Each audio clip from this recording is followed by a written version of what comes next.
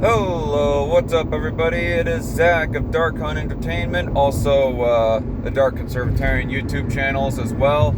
I am still kind of on hiatus. I am not quite ready to fully to get out of it, but it will soon enough be out of the corner. But yeah, about a week ago, I had seen Transformers: Rise of the Beasts, and it's still kind of freshly on my mind. And I thought I'd just give my own little review of it. Although, knowing me, I'll probably ramble to where that this ends up being over 10 minutes or something like that. But anyway, let me address the big elephant in the room, or I guess at least one of the big elephants in the room. First of all, is the political side of this. The question of is it like woke or whatever. God, I don't even like using the term woke that much, but just is it political in general? The short answer being no. Overall, no. See, I did run across an article that was saying supposedly this movie will bring forth the first transgender transformer ever in like Transformers like main theatrical release movie history. And but then I gone researching further and saw another article that said that no, they are not going to make Arcee was the the character in question. No, they're not going to make Arcee a transgender. Especially not specifically or explicitly like transgender. And when I gone to watch it, yeah, no, there was absolutely no mention of any character at all being transgender. This movie is not taking sides in that. Much less specifically, like, yeah, I'm sure that all the people behind the makings of this movie have their own stances on that culture war issue. But the movie itself does not take a stance in that aspect. Like, yeah, there is like one iteration of Transformers lore, or maybe a few that go saying that the explanation behind of how that there are like female Transformers is that they're actually males who transition into becoming females or whatever, yada yada yada. It gets a little bit convoluted, that explanation, but I guess Rise of the Beast just decided to like leave it up in the air and not really address much. So for all we know, Arcee is just straight up female, like just female, whatever. I don't care. I don't really care about that. But the other thing that was kind of political about it, aside from that issue about it, which was not even existent in the movie, was that there was one quote from the comic relief character of the movie. I'm just going to call him Twizzlers guy because I cannot remember the character's name for the life of me. But he was all about his Twizzlers, giving Twizzlers out to Noah, and he was always eating a Twizzler, it seemed like. There was one line that he had of where he goes explaining as to why that he refuses to get cable TV.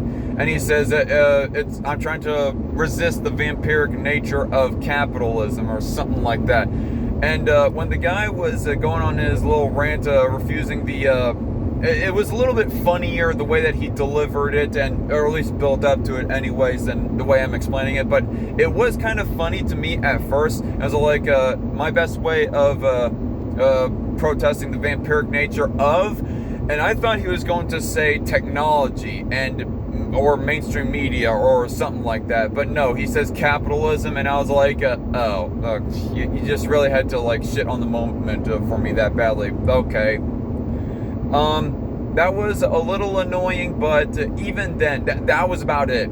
There was like no racial politics or anything like that. I mean, they did not even rail against capitalism that much, that often, like at all. There was even like one point of where that Noah, like, I'm going to be getting into spoilers here eventually, but right now this isn't really so much spoiler material.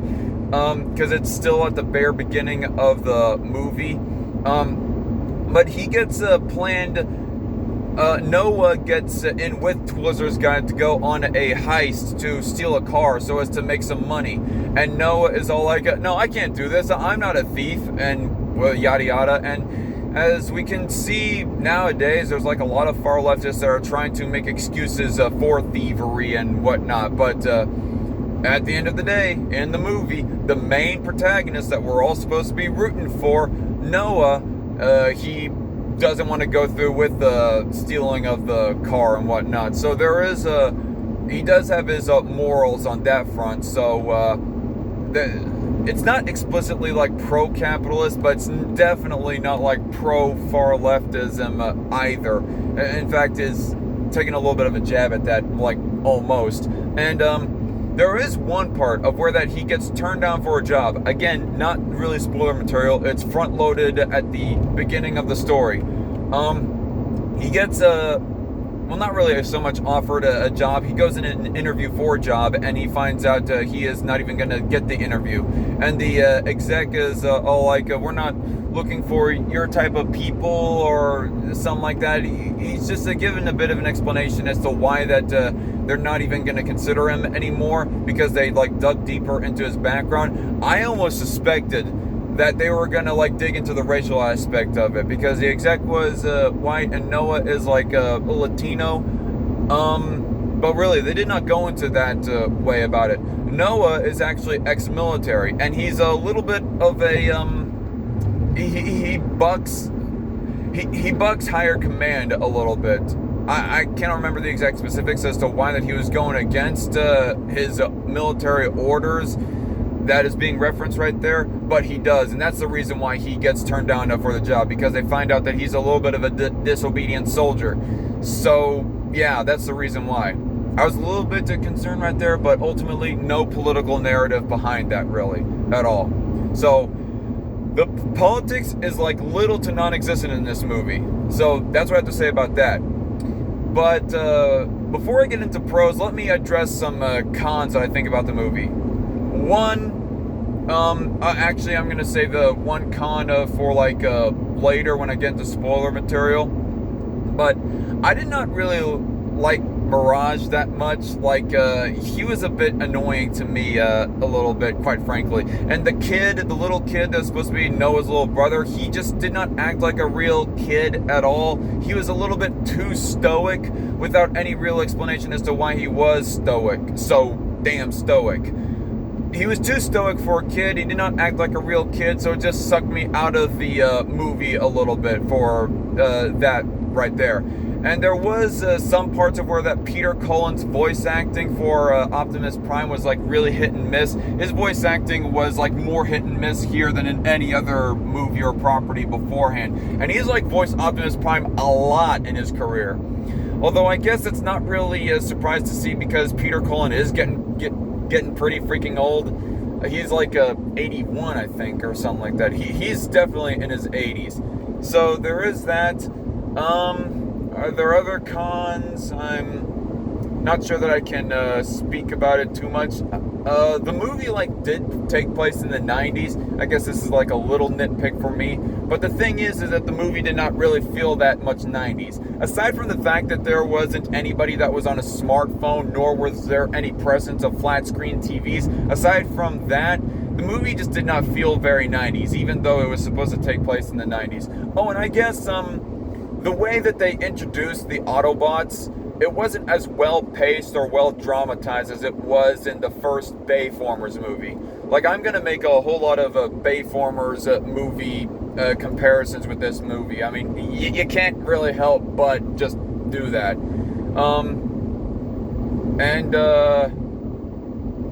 Yeah, I'll save that to one last con that's like in my mind for later. But on to pros. Arcee was definitely done justice. Yeah, aside from the fact there was like absolutely no mentioning of politics, Arcee, despite playing very little into the plot and just being an extra gun to shoot against the Decepticons, she was done justice. Like, she looked pretty much like the G1 Transformers Arcee, with a few little tweaks and adjustments. Like, she quite frankly, I thought she looked hotter than she did in the G1 Transformers. Just saying. Also, shoot. What am I trying to say? Optimus Prime was not as much of a preachy Boy Scout in this movie as he was in the Bayformers movie. He was a little bit more cynical. He wasn't as... this ain't really so much spoilers, but he wasn't as willing. He wasn't as reserved to kill anybody. Like, you remember in the first Bayformers movie, he practically refuses to kill Megatron, and it's like, why? The guy is like the biggest villain of all time, and he's like trying to kill millions upon millions of lives, billions even. So why are you having qualms with killing this big baddie? And even with humans, he doesn't have a no killing humans policy, at least not explicitly anyways. He's rather cynical and skeptical of humans and so forth. And so if there was, for example, some Hitlerian type of figure among the human race that he came across, he probably would end up going ahead and killing that guy, whoever that almost Hitlerian type of character might be. But there is that. Bumblebee was still pretty much good old Bumblebee in this movie. Another con I completely forgot to mention. I did not like their portrayal of Wheeljack in this movie. Like, my comparison of Wheeljack is in the Transformers Prime series. Transformers Prime, Wheeljack was a little bit too much of a hotshot meathead to where he was just an uninteresting character ultimately. But in this movie, I thought he was just as bad, a different kind of bad, if not a little bit worse. But really, I did not like the nerdy hippie portrayal of Wheeljack in this movie, quite honestly. It kind of made me cringe just a little bit. But anyway, on to other pros though. The relationship between Noah and his little brother, and Noah and his girlfriend even, was a whole lot more endearing than it was within the Witwicky family in the Bayformers movie. Aside from the fact that Noah's little brother by himself was just a little bit too stoic, when he was interacting with his brother and his brother was interacting with him, so on and so forth, it was still like some sweet stuff, some rather humbling type of stuff to witness there, the brotherly relationship between them two. The action in this movie is a whole lot cleaner than it was in the Bayformers movie, certainly in the later movies after the first one. I also like the fact that they, this isn't really spoilers, but I don't know, maybe it is, but I remember seeing a few trailers that was revealing of what Megatron was going to be like in this movie. It had some kind of footage of Megatron going up to some CIA operative or something like that, and he was trying to get back some of his Decepticon buddies to fight by his side, negotiating with them, but that footage wasn't in there. Megatron wasn't in this movie at all. I actually like that. I actually like the fact that they did not include Megatron in this movie, and instead they replaced the main baddie to be this one guy named Scourge. Now, there is the other side to that, and that is they might be playing their hand a little bit too much as far as Unicron goes. Although Unicron, by the end of the movie, I guess I am going to get into spoilers, so spoiler, I guess. Unicron, by the end of the movie, he doesn't die, so he is still around for like future installments of this iteration of Transformers. That is a thing, but just in general, I like the fact that they had a different bad guy to rival Optimus Prime instead of freaking Megatron. That was a nice change of pace right there. I quite like that. And I will say, the humor was pretty good. Going on to more pros. The comic relief Twizzlers guy, he legitimately did have his funny moments. Like, the only thing that really annoyed me about him was the fact that he tried to set up a heist for Noah to become a thief, and the fact that he had that one anti-capitalist line. But aside from that, he was legitimately funny. There were times where his humor really did legitimately work.